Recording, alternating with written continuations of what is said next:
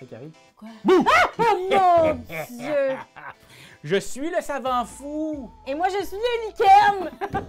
On s'est dit quoi de mieux que de faire un partenariat avec Asmodée, Dieu des Enfers, pour vous offrir aujourd'hui le top des jeux d'Halloween, nos jeux préférés, dans le catalogue d'Asmodée. Exact. Là, d'ailleurs, nous, on les a classés de 1 à 10.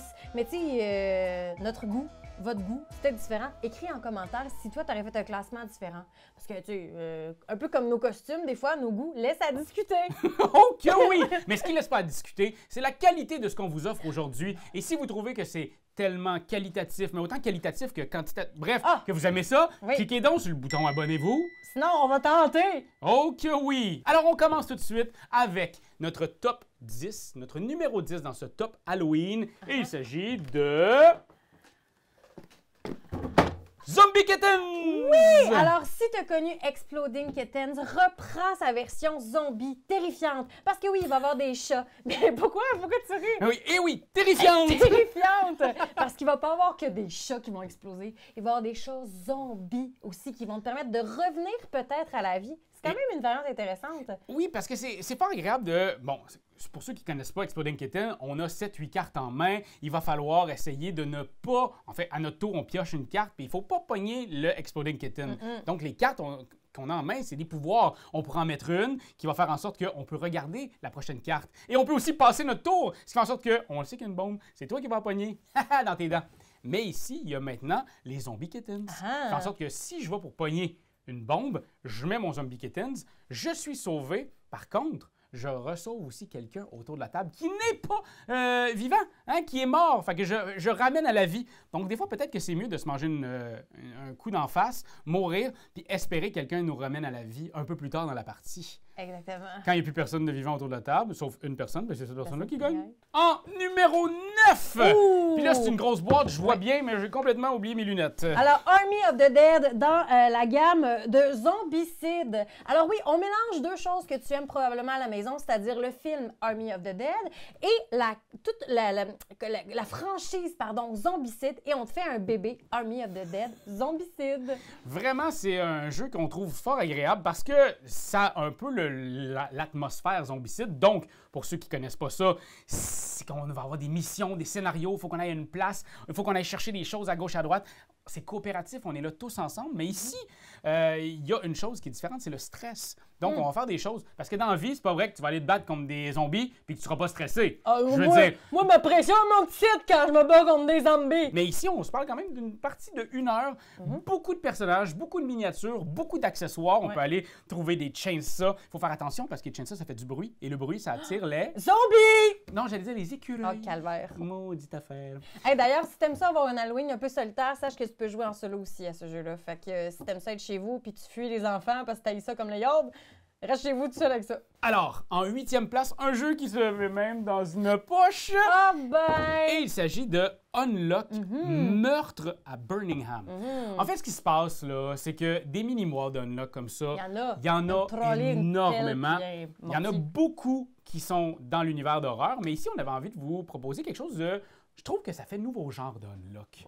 C'est un jeu où, dans le fond, quelqu'un est mort. Et il faut qu'on trouve qui a fait ça. On va devoir se promener dans la ville, mais on n'aura pas besoin d'aller chercher des chiffres comme d'habitude dans Unlock. Il y en a. On n'est pas en terrain inconnu. Mais souvent, on va te dire, va-t'en au bar. Puis là, tu regardes les cartes, puis là, tu peux aller au bar parce que tu vois qu'il y a une petite bière sur l'affiche. Fait que les permissions sont plus éclatées dans celui-là. Je trouve ça vraiment très intéressant.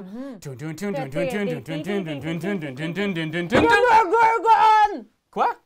Des Magorgones?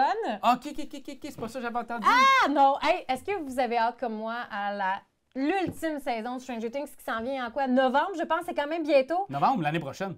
Oui. Dans un an.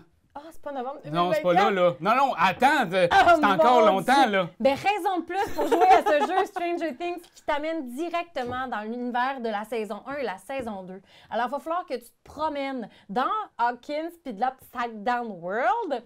Alors, tu vas te promener pour sauver Will, aider Eleven, battre les démogorgons. Alors, tu as vraiment l'atmosphère Stranger Things dans un jeu de pion où est-ce que tu peux te promener puis justement réaliser plein de missions. C'est un jeu coopératif créé par Rob Daviau qui nous avait donné tous les jeux Legacy. C'est le papa du Legacy.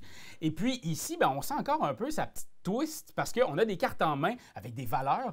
Puis à un moment, quand on va sentir qu'on est assez fort, parce que ces valeurs-là, c'est notre force, on va aller à des endroits, essayer d'aider Eleven, d'essayer de justement sauver Will, battre le Demogorgon, aller au laboratoire pour essayer de cleaner les chiens. Tu sais, les chiens dans saison 2, les chiens, les maudits chiens. Les Dogogorgon. Gogogorgon. Ça, puis le monde aussi en van, là, les pas gentils qui veulent pogner Eleven, nous autres ici, on peut les contrecarrer grâce à ce jeu-là. En 6e place, Karianne? Oui. Un jeu pour la famille. Oui. Mysterium Kids. C'est un jeu d'Antonin Bocara et Yves Hirschfeld.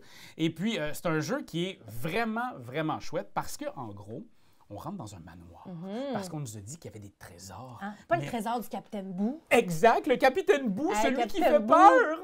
Boo. Alors, lui est caché. Ben, il n'est pas caché, il va essayer de nous dire dans quelle pièce il a caché son trésor. À chaque nuit, il va faire ça. Comment il va faire ça, Raphaël? Avec un tambourin! Un tambourin! Fait qu'il va falloir qu'on se tape sur le tambourin pour essayer de faire deviner une vis, une abeille, couper des carottes, un cœur. Fait que c'est vraiment dans l'idée de... On demande à l'enfant de fermer les yeux, on va se mettre à jammer à côté de lui ou d'elle. Ben oui. Puis après ça, OK, j'ai fini mon jam et c'est quoi je te faisais deviner? Ça fonctionne vraiment très bien. J'ai réussi à faire deviner une limace à ma fille dès le tour 1, premier truc. Elle l'a deviné, puis j'ai crié Eureka. En 5e place, Karianne. Oui, Skull! Un jeu que tu as joué et rejoué, toi. Oui, ça c'est vraiment un must dans nos parties avec nos gangs d'amis. Souvent, nos amis nous demandent de le rapporter. Skull, un jeu d'enchères, de bluff et de push your luck, disons ça comme ça. Alors, vous allez avoir des cartons devant vous symbolisés par des fleurs ou des têtes de mort et vous allez devoir dire autour de vous avec les cartes principales cachées de vos adversaires combien il y a de fleurs selon vous. Fait que vous y allez jusqu'à temps que quelqu'un call le bluff et à partir de ce moment-là, ben la personne qui a callé le bluff puis qui avait raison fait un point et la personne qui s'est fait bien découvrir dans son bluff perd un point. Fait que c'est vraiment un jeu super simple, mais super efficace. Moi, j'ai une amie qui n'est pas full gameuse, mais à ce jeu-là, elle devient complètement cray-cray. Toi, t'as ça. Oui, c'est ça. Mais c'est formidable. Vous allez voir la simplicité de ce jeu-là est quand même désarçonnante sur l'effet que ça crée autour d'une table. C'est drôle parce que le dernier jeu, Karianne, était fait par Hervé Marly. Hervé Marly, c'est aussi lui qui a créé notre top 4. Ben, tabarnouche. Loup-garou, en fait, avec Philippe de Palière, ils sont deux auteurs là-dessus. Loup-garou, ben, c'est le fameux jeu très connu. Si vous en avez jamais entendu parler, ben, sortez votre grotte! C'est un jeu à identité cachée. Donc, il y a un maître de jeu ou une maîtresse de jeuze. Merci. Et puis, et puis, ce qu'on va faire, c'est qu'on va avoir des loups-garous ou des villageois. Parmi les villageois, ben, il y en a qui ont des pouvoirs, comme la sorcière qui permet de ressusciter quelqu'un, mais de tuer quelqu'un. Il pourrait y avoir la petite fille qui permet de se cacher puis essayer de trouver c'est qui les loups-garous. Il peut y avoir la voyante qui, elle, va pouvoir demander au maître ou la maîtresse de jeu qui est quoi. Mais c'est ça, ça se passe en 2 étapes, le jour et la nuit. La nuit, on ferme nos yeux, mais les loups-garous les ouvrent et tuent une personne, dévore quelqu'un. Quand il finit de manger son petit os de tibia, lance une vidange, on se réveille, puis on va essayer de, nous les villageois, c'est des battes, ces loups-garous-là. J'aime ça comment d'office, tu t'es autoproclamé villageois. Je suis villageois. Je suis toujours le bien. Ce qui est bien aussi de loup-garou, c'est qu'il y a eu quand même plusieurs extrapolations de ce concept-là. Ceci étant dit, j'ai l'impression qu'on retourne souvent à la base, which is loup-garou. Dans le sens que autant qu'on a voulu justement décupler avec des blocs dans un clock tower, puis tous ces jeux de cette optique-là, on peut y retourner facilement. C'est comme les pantoufles. C'est comme la maison. Fait que reviens à la maison et fais-toi manger par un loup-garou. Perspective! C'est un jeu fort agréable où c'est une enquête qui se passe en 3 étapes. Mais c'est aussi, il y a des crimes, il y a des enquêtes, des choses à élucider. Ça fait peur des fois. Mais c'est le fun parce qu'on l'élucide en coopération, cette enquête-là. Puis ce qui est vraiment bien, puis la particularité de ce jeu-là, c'est que vous allez avoir, comme le nom l'indique, des perspectives différentes sur les scènes de crime. Alors, vos collègues et vous-même allez avoir justement des angles de vue qui allaient vous permettre d'élucider les enquêtes. Fait qu'on va avoir des cartes avec des informations dessus dessus, mais qui, pour nous, veulent absolument rien dire. Mais lorsqu'on les met en mots, on dit, hey, moi, devant moi, j'ai une carte, ça a l'air d'être l'Asie, puis là, quelqu'un, hey, moi, j'ai un trou dans l'Asie avec un point. Fait que là, ça, c'est le passé, puis ça, c'est le présent. Ben, on peut essayer de trouver, c'est ça, il y a de la temporalité, il y a des mathématiques, il y a plein de façons d'essayer d'élucider. C'est vraiment un jeu où on retrouve toutes sortes d'énigmes. Fait que c'est vraiment fort agréable à ce niveau-là. Oui. Mais le but, c'est vraiment d'échanger, de parler. Si vous voulez un jeu pour pouvoir communiquer ces perspectives que ça vous prend, vous n'avez pas le choix. Si vous ne communiquez pas, vous réussirez à rien.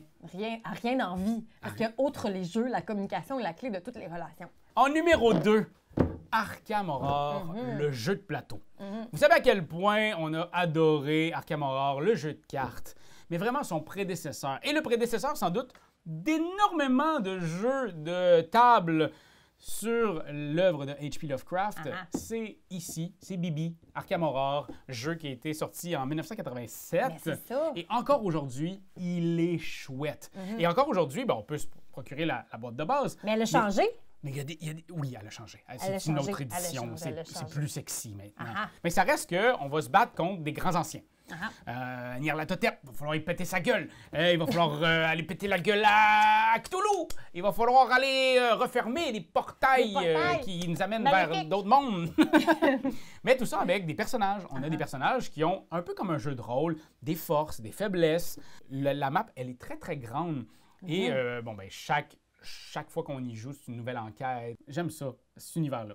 Les séries, les films, à chaque fois que je vois ce genre de personnage-là, ce sci-fi d'horreur-là, un peu weird, ça m'excite. Puis ici, ça fait pas exception. Ils ont vraiment ils ont mis la gomme de tout ce qu'il y a dans le H.P. Lovecraft dans quelque chose de là, tangible, tactile, le fun.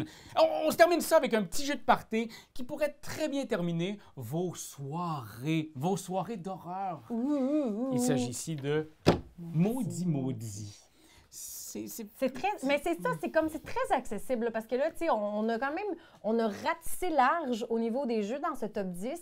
Celui-ci, là, va pouvoir plaire aux grands comme aux petits. Dans le fond, ce qui va se passer, c'est que vous allez ouvrir la boîte, qui est très, très bien efficace. Vous allez voir, là, vous enlevez les règles. T'as un beau clé en main et vous allez déterminer, grâce au hasard, quel mot vous allez faire deviner aux gens et en combien de mots pour avoir le plus de points possible. C'est-à-dire, admettons, moi, je dois faire... OK, là, on a ici le mot aquarium en 3. Fait que mon but à moi... Toi, tu vois ça, mais moi, je le vois pas. Oui, c'est ça. Oui, tu le sais pas. Fait que là, moi, ça va être mon but, ça va être de faire deviner en seulement 3 mots, pas plus, pas moins, mes adversaires. Mais moi, si je le découvre en moins, je vais faire plus de points. Mais c'est ça, mais pas plus, pas moins pour moi, c'est ça. Fait que si, mettons, je commence à aquarium, puis là, je dis batracien. Aquarium? J'ai gagné! J'ai fait un point. C'est lorsque vous trouvez que le mot ne fait pas de sens, vous pouvez donner un malus à la personne qui va essayer de faire deviner. Fait que vous voyez, très simple, très efficace, ça peut créer des moments très cocasses où est-ce que vous vous entendez ou non sur le fait que les mots résonnent réellement.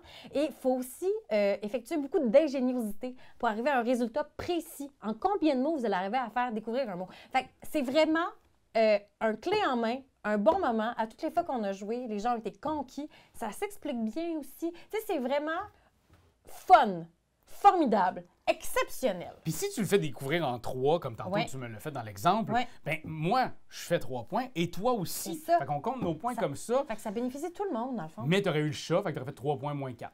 Alors voilà, c'était notre top 10 des jeux d'Halloween de chez Asmodée, grand dieu des enfers.